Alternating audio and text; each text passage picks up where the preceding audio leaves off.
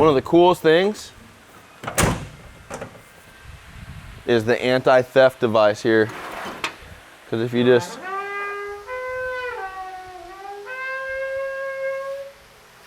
see, so if anybody's messing with your stuff in the middle of the night, there's no sneaking that. I don't care how slow you go.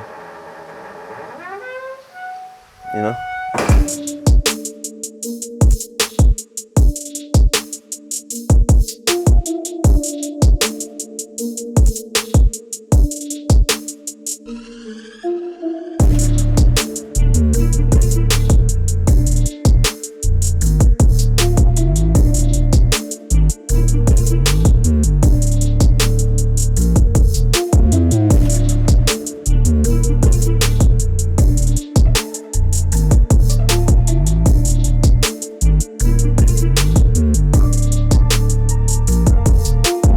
Happy Monday.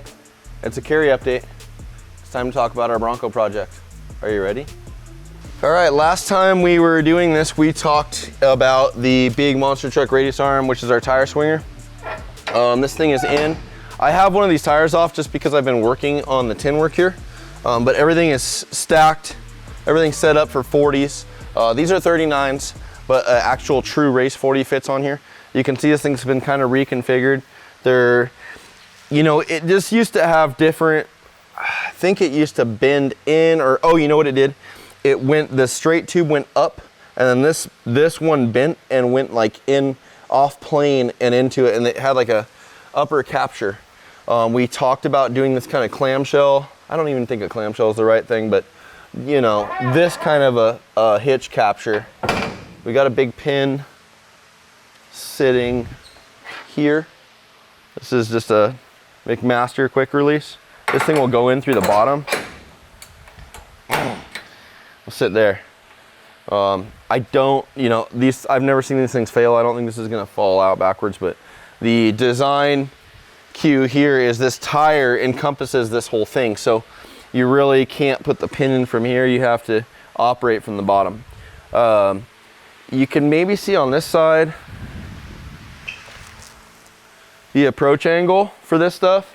And what I mean by approach angle is, like, what we're doing here is we're building, like, it was a great experience to ride in Loki, BJ's Blazer, because that's kind of a similar thing. It's a shorter wheelbase, big power. That's a two-wheel drive model, but you know, same kind of thing, spare out the back. So this is just like a Loki on steroids. I mean, there's a lot of Broncos that have been built and being built, and there's wins that this thing already came with as far as, you know, having this extended wheelbase but stock length, so you're not doing those stretches. So anyways, the premise here is to keep this thing a short truck. 120-inch wheelbase gives us a 10-inch increase in wheelbase from 110, which is factory. But you know, everything is haunched to the rear, and that's the same thing, like retaining fuel capacity, maximizing that. That's what we did. And then putting the spares outside, running 2 spares, not having a laydown spare in the inside, but retaining 2 of these guys. I feel like that's a really nice proportional agreement with the rest of the truck, because, you know, think if your tire, and obviously this isn't ride height, but if your tire is sitting somewhere here, you know, there'll be kind of a void here, which is no different than an extra cab, or, you know, even a single cab with this stock bedside on it. But then it gets very short here. And if we had everything just end right at the end here where you can see the green and the sheet metal starts, that's your tailgate profile. So if we had stuff just stop right there, then it's like, it puts the tire really close. Not that that doesn't work, but having another 13.5 inches here and another, you know, 3 or 4 inches of mass here, it brings the proportions out. The other wins are getting these things, you know, instead of like just bonered out vertical spares, like put a kick in them. On top of that, like make these things high enough where when this thing slaps or wheelies, it's gonna be fast. It's gonna be 1,000 horsepower. It's LSX with a blower on it, you know, and it's scooched back in a way where there's so much weight bias in the rear that I figure it will spend time on the ass. Same. And you know, if you just consider an approach angle here, like this is solid. You know, it's just almost like if you're building the front of a car, thinking about like your lower cross member and your bumper and where that's gonna be. So it's always kind of planning for this. I think once the shell is on here too, you know, if you consider the shell angle maybe here, right? And then just follow this thing to here, like it'll be a nice proper proportion. So that stuff's done. There's tie-ins, and I don't know if you can see, Joe, maybe you can see from here, but like this guy, this is all a boxed plated area. And now that the sheet metal's in here, you can't really see everything else, but there is a tube junction that comes from this part of the chassis, comes out here, miters, goes, that's the pickup for the rod end here. There's another support tube here. There's another tube that goes into the chassis here. And then we added more, and we added tie-ins to the body. There's tie-ins here. There's permanent tie-ins back here. And then there's these bolt-on ones on the lower portion to the bumper. All that is for flex, because I thought from the start, I was like, oh cool, we're just gonna have this tube structure here go through. We'll have this bottom one go through, and that triangulates it, and that's enough. And you don't realize that's 250 wall tube on the back swinger, meaning a 1/4 inch instead of like, you know, a 120 wall tube, which is almost an 1/8 inch. And what that, like, you add 2 39s on there, and once you get this thing out here, I could sit and I could move it. I could legitimately move it a couple inches. So we had to go back and reinvent what we needed to do here, and tie in more places, gusset more places, add more strength. We got the win. And then the other thing to do here is this heim, the way that it's clocked, or the rod end, we can, you know, if this is the tailgate, this thing, if it's sagging a little bit, we can pull in the lower rod end, and it'll pull up the whole swinger system. So it's like a little preload. And then you load the tires on there, and it sits perfectly level, and then you're able to capture that thing and swing in and click it.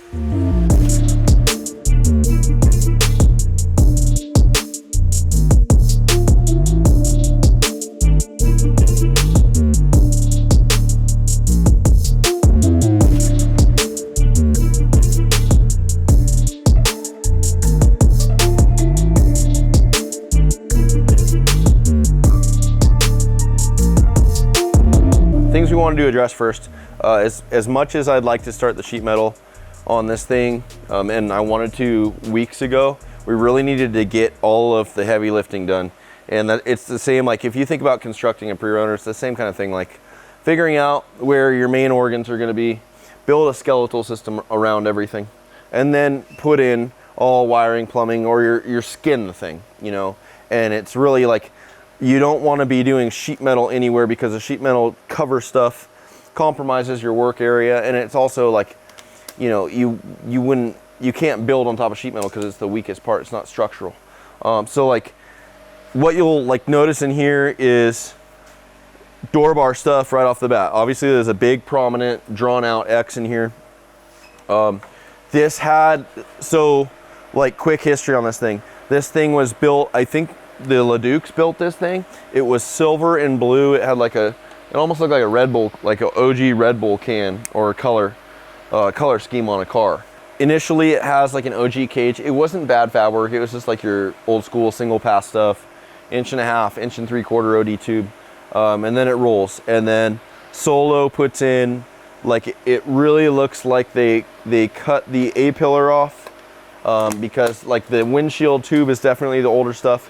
And then they put on, they like almost sleeved in 2 inch, and then it went into Solo cage all the way to the B pillar and down. So like we started to just cut into this thing to the point that the fine line is with this kind of stuff. And we've gotten it down to a science pretty much with like rehabbing cars, because some of the things we do in here are not complete ground up builds. They're like taking a car that might have had stuff done, and then I will make sure that I can see light at the end of the tunnel with whatever we sign on to doing, and we'll remove all the cancer off of it, and then we'll start building back. And so this thing, we knew we were gonna do a new dash, a new center console, a new upper console, but taking stuff apart, then like, it's like, oh shit, like it had a weird intrusion bar thing. Just had some more miscellaneous stuff that needed to leave.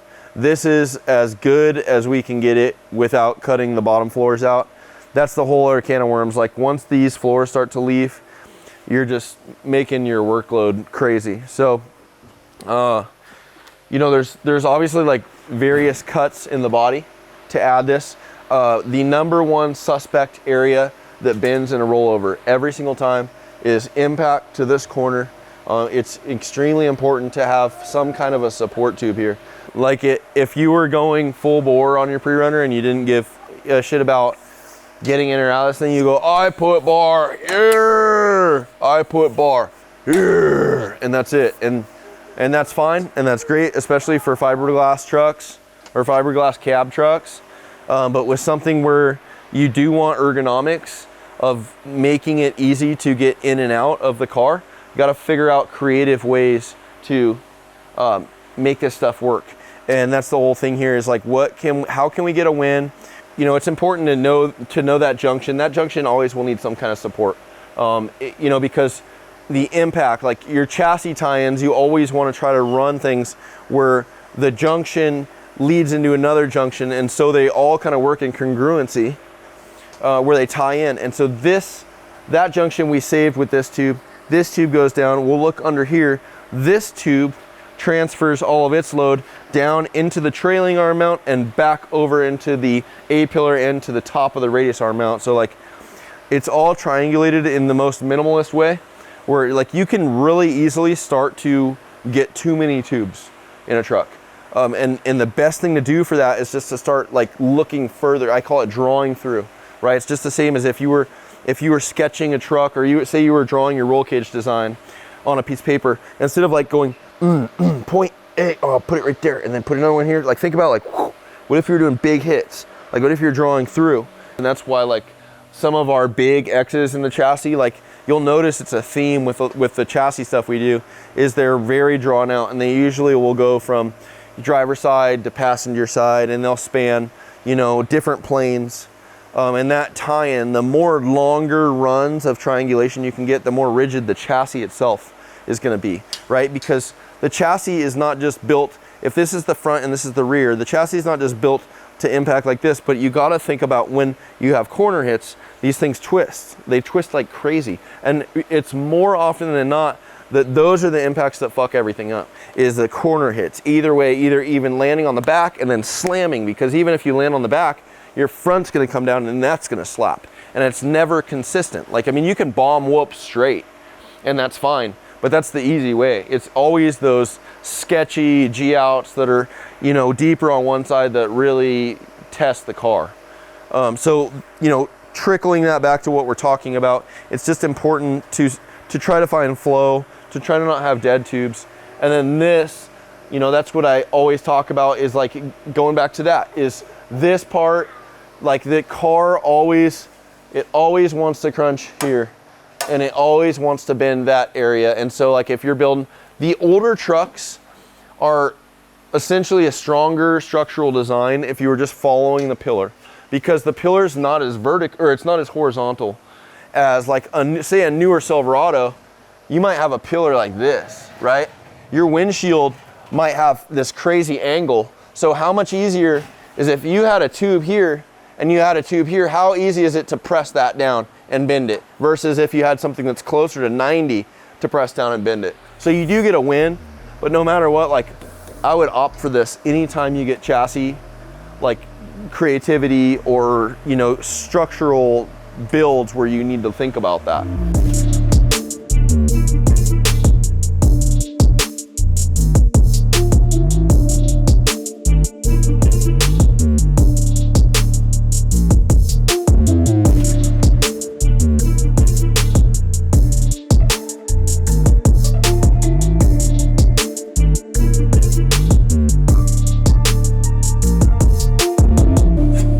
Some key things that we wanted to, like, the whole thing I want to do is I want to get the sheet metal in, but no matter what, like, you know, vegetables first before your dessert kind of thing.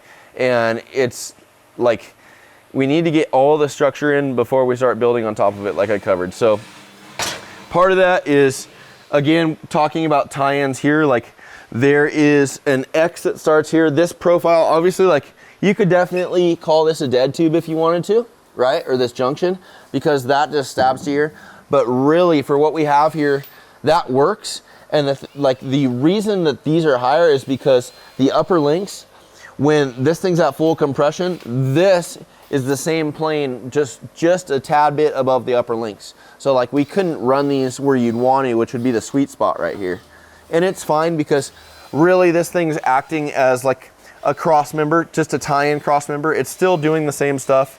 And then this, you'll follow this X, and this one's drawn through to one of our B pillars.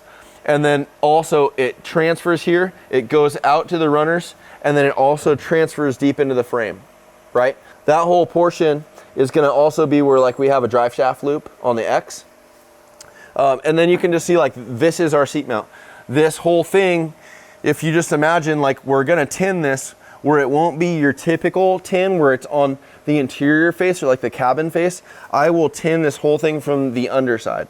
So like, and I think we talked about this before, but really it's gonna be a unique style that we haven't done with stuff before. I did a little bit of it on the exotic, but I haven't done it to this extent where like once you start like, and we'll talk about the tin that's on here because this is a really good proof of concept, but it'll be something even when you look under here, like we'll put the suspension at full compression, and then from the bottom of the frame, all this stuff will be boxed in on the backside. It won't be this top part, and really we'll just put like whatever filler panels we need to in here, maybe removable, and all the plumbing, all the electrical can all be kind of buried, and then boom, we get carpet, and it's just completely streamlined. And it really resembles like how an OEM car would be constructed, right? There's kind of that outer sheet metal, and then there's just your inner trim.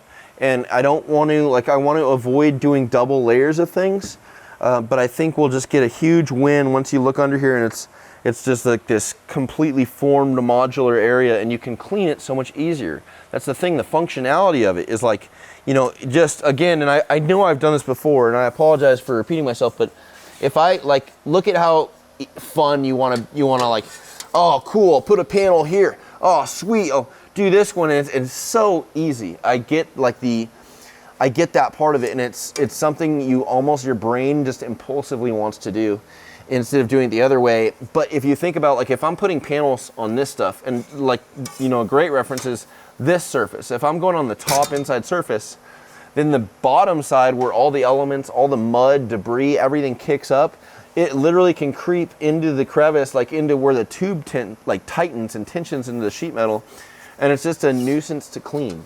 And it's just like, why not have your interior portion be like that? Because your interior is not going to see the same elements, you know. And it's like you could fill these pockets with any kind of miscellaneous stuff, like I said, like wiring or plumbing. And then, you know, you can also just put upholstery in here, and it just combats the whole problem in sound insulation. And then from the bottom, like you're literally just cleaning. Hi, baby. You're literally just cleaning stuff with a pressure washer, and you're not having to get in and get into tight pockets. And then you're also at a point where you don't have corrosion and rust building up in areas you can't get to. It's all from the inside. So that being said, we wanted to get like a lot of the main structure in here, and we have that. The seat mount is just going to be that. That's all it needs. The seat itself is the structural part that ties in the front here. And then the interior portion of the frame, like I don't know if you can see this part, but everything has been plated streamlined. So now there's no like open area of the frame where it's kind of that typical like C-channel looking stuff. The only open area is just where the upper link swings, and that's it.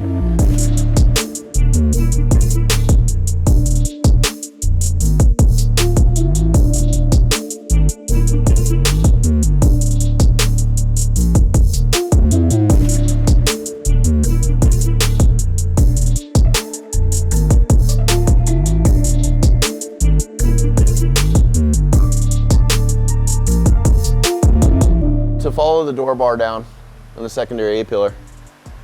You can kind of see what's going on here. All these tie-ins hit. So right above the radius arm mount is where your primary A pillar stuff comes through. They both tie in. And then these guys draw back, and then that's your pivot. So your trailing arm pivot. The other thing to note here is this is a big machine part. That's all just a chromoly slug. It's got a gnarly bevel here, so we'll end up welding this thing, and then your bolt goes through like a spook hole here. You can kind of see it on the other side too. That guy's your little bolt hole. So that stuff, that bolt goes through and it captures on the spook hole on this side. And why we have these so kicked out is because, like, the way for a car, the happiest trailing arm is a parallel trailing arm. The more unstable a car gets when the trailing arms are kicked inward towards the frame. And I know the easiest way for people is like, well, man, just put your pivot right off here and this and that.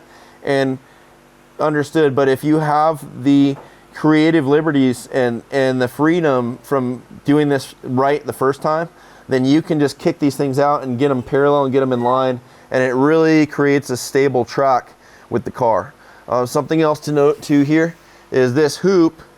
This is the start of our AGM jack mounts. This is the lower mount. We don't have the upper mount in, but what this is the jack, it actually lives here. The pad is cut because we can't fit a complete circle on this thing. So this pad actually will follow the ring here. This is kind of our retainer ring. And the pad will be recessed just like Kevin's 6100 truck. And this thing will live here. And you know, it holds it there so it stays in line. It doesn't chatter around.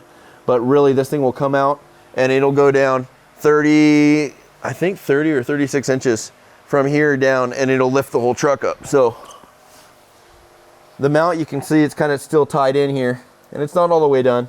But like the lower just needs welding, and then that's why we have all the Line-X stuff peeled back on this. We'll end up putting the top cap to the jack right here somewhere. So, you know, like right on the B pillar, you'll have like a AGM Dakar jack sticking out here in the cab. Probably just put a boot, some kind of a rubber boot here.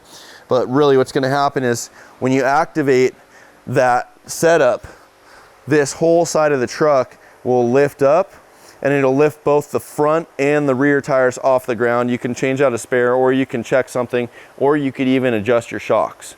So you'll have a driver's side version of that, and you'll have a passenger side version of that. The other thing I started to talk about here is this step. So this is like a big 2-inch, kind of like a running board, but it's also a step.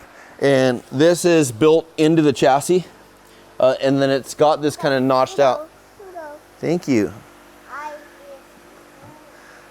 It's got this kind of notched out part here. And what we'll do is this is gonna be your grip. Like there's obviously a profile here. Watch out, Enzo. There's a profile here that's kind of like this streamlined teardrop. And that's the shape we wanted. I think it just kind of makes sense with the glass and how the truck's shaped. But it's kind of this teardrop that comes out, and that's gonna be really the sweet spot for stepping into the car. Why we have it notched out like this and it's threaded, that's for a step that we're gonna have machined. There'll be like a nice machine feature in here that'll probably have the logo, and it'll have like almost something like if you were to build this out of 1/8 inch aluminum, you'd put like a reverse flared hole for grip, and this will have something dynamic where it's the same concept, but it'll bolt right in here via 2 mounting locations, and it'll just add that nice, like just a secondary detail here.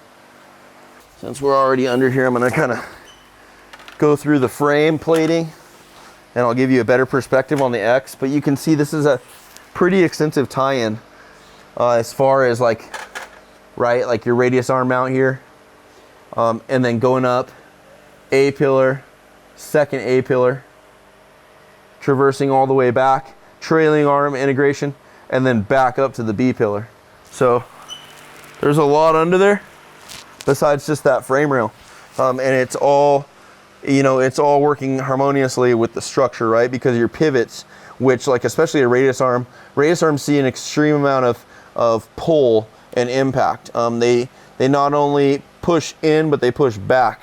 So being able to serve up structure in all those directions is key. Here you can kind of see the X's. There's a lot of good tie-in and symmetry.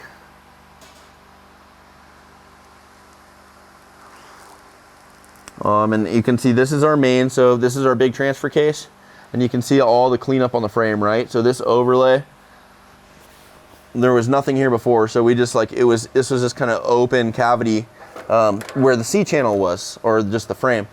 So just being able to streamline all that, like it had some done already, and we just needed to finish that back out. And then this tube is landed to the top portion of the frame. And the reason that it's not down on the bottom or in the middle is specifically for driveline clearance. You can see where the U-joint is here out of the transfer case. And when this thing is buttoned up with the drive shaft at full compression, like we're rolling the dice close up here. I mean, there's probably a couple fingers, and then that's where we'll put a drive shaft loop. But you can get a good grasp, like I was saying, kind of get a good grasp on tie-ins and drawing through and the structural symmetry here.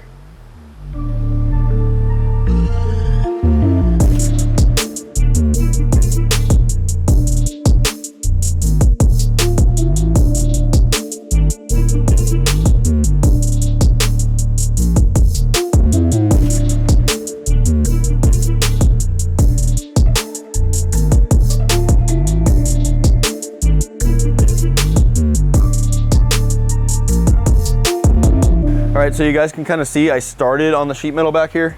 We're at a place where at least I know for sure all the side fender openings and the shock pockets can start construction.